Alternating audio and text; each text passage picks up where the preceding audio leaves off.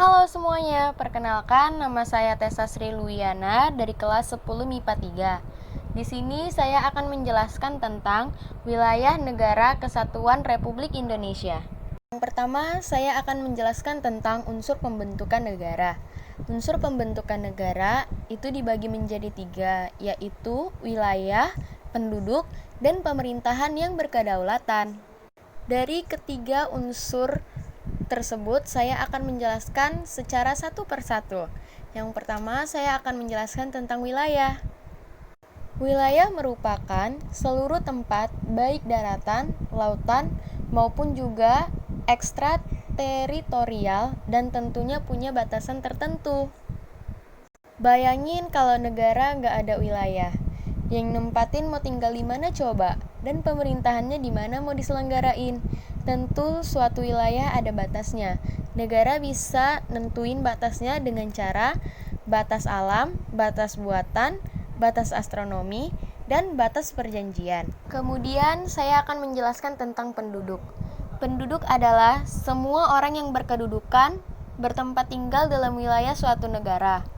Orang yang berada dalam wilayah suatu negara hanya sementara atau tidak menetap, maka disebut dengan bukan penduduk.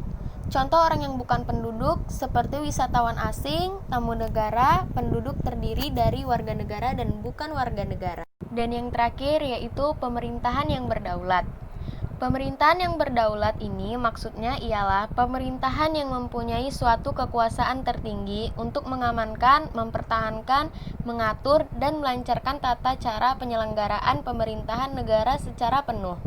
Pengertian dari pemerintahan dibedakan menjadi 2, yaitu 1. Pengertian pemerintahan dalam arti luasnya ialah meliputi suatu lembaga negara dan kekuasaan lain legislatif, eksekutif, dan yudikatif. 2. Pemerintahan dalam arti sempitnya adalah meliputi kekuasaan eksekutif saja, entah di tingkat pusat maupun daerah. Lalu kita akan membahas tentang landasan hukum tentang wilayah negara Indonesia. Undang-Undang Dasar 1945 Pasal 1 Ayat 1 yang berbunyi, Negara Indonesia adalah negara kesatuan yang berbentuk republik. Undang-Undang Dasar 1945 Pasal 18 Ayat 1 NKRI dibagi atas daerah-daerah provinsi.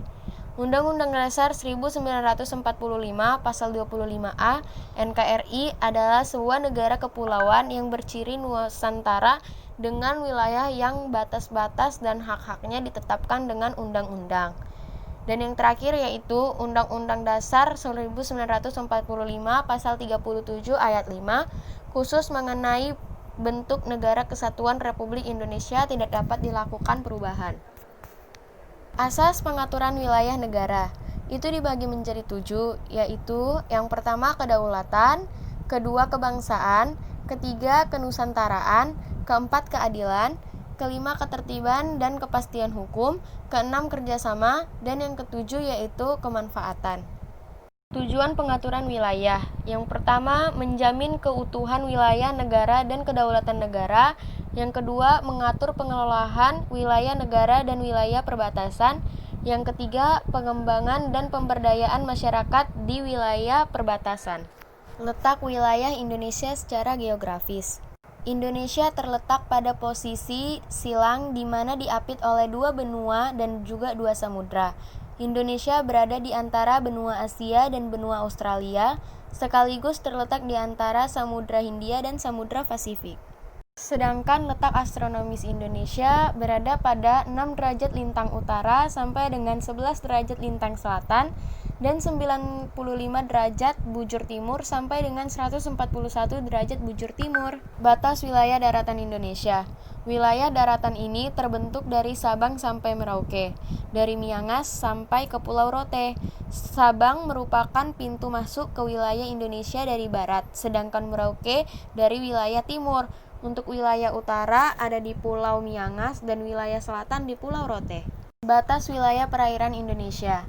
Sebelum adanya deklarasi Juanda, wilayah batas laut Indonesia mengacu pada peraturan masa Hindia Belanda, yakni Territoriale ZNN Maritim Kringen Ordonnantie.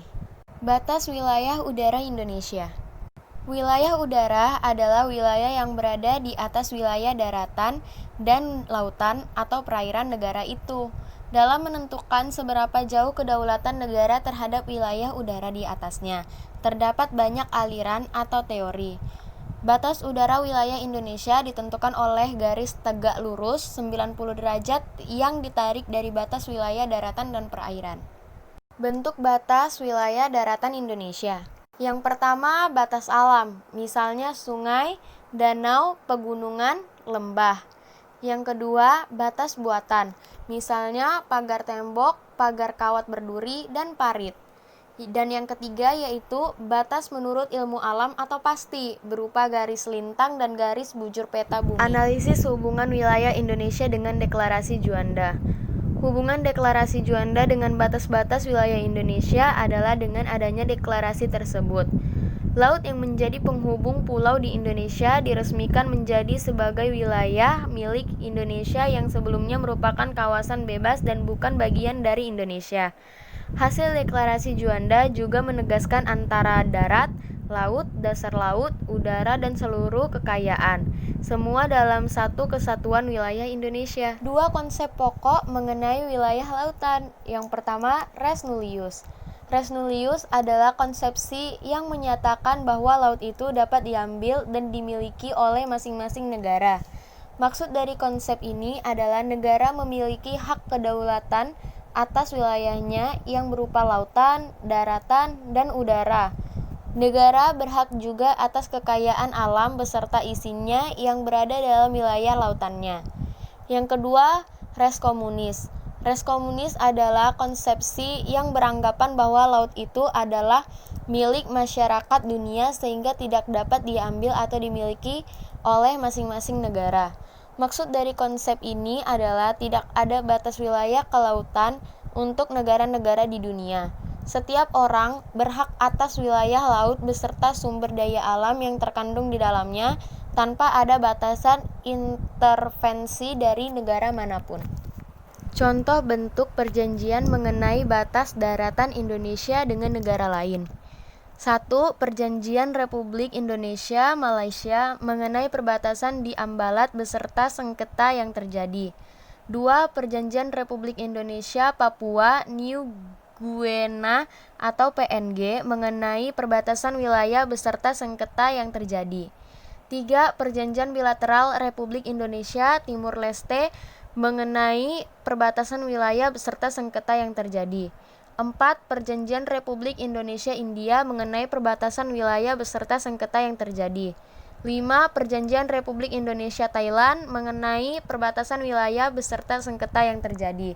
6. Perjanjian Republik Indonesia Singapura mengenai perbatasan wilayah beserta sengketa yang terjadi. 7. Perjanjian Wilayah Republik Indonesia Vietnam mengenai perbatasan wilayah beserta sengketa yang terjadi. 8. Perjanjian Republik Indonesia Filipina mengenai perbatasan wilayah negara sengketa yang terjadi. Dan yang terakhir yaitu Perjanjian Negara Republik Indonesia Australia mengenai perbatasan wilayah beserta sengketa yang terjadi. Zona laut teritorial. Zona laut teritorial adalah zona yang dibatasi oleh garis kayal yang berjarak 12 mil dari garis dasar ke arah laut lepas. Jika lebar lautan yang membatasi dua negara kurang dari 24 mil, maka garis teritorial ditarik sama jauh dari masing-masing negara. Zona bersebelahan. Zona ini adalah 12 mil laut diukur dari tepi luar laut teritorial, adalah daerah di mana negara memiliki otoritas dalam hal pencegahan dan hukuman atas pelanggaran hukuman-hukuman adat dan peraturan, fiskal, imigrasi, atau saniter. Zona ini memiliki luas wilayah 131.669 km².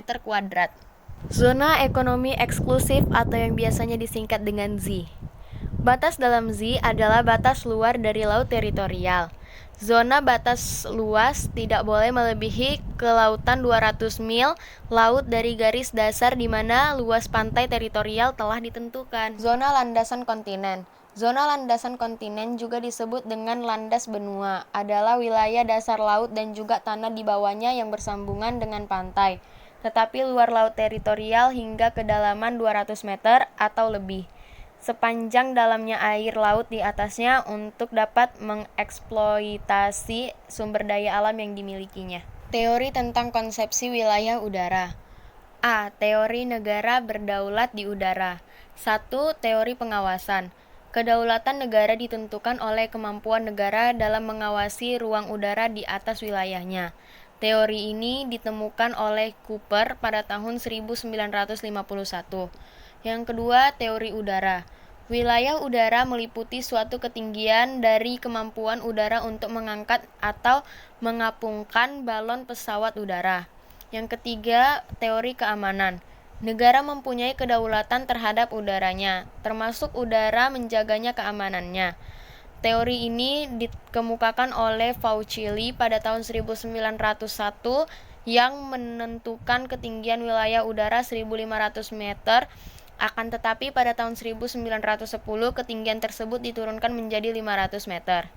B. Teori udara bebas. 1. Kebebasan udara terbatas. A. Untuk memelihara keamanan dan keselamatan, setiap negara berhak mengambil suatu tindakan tertentu. B. Negara hanya mempunyai hak sebatas wilayah teritorialnya.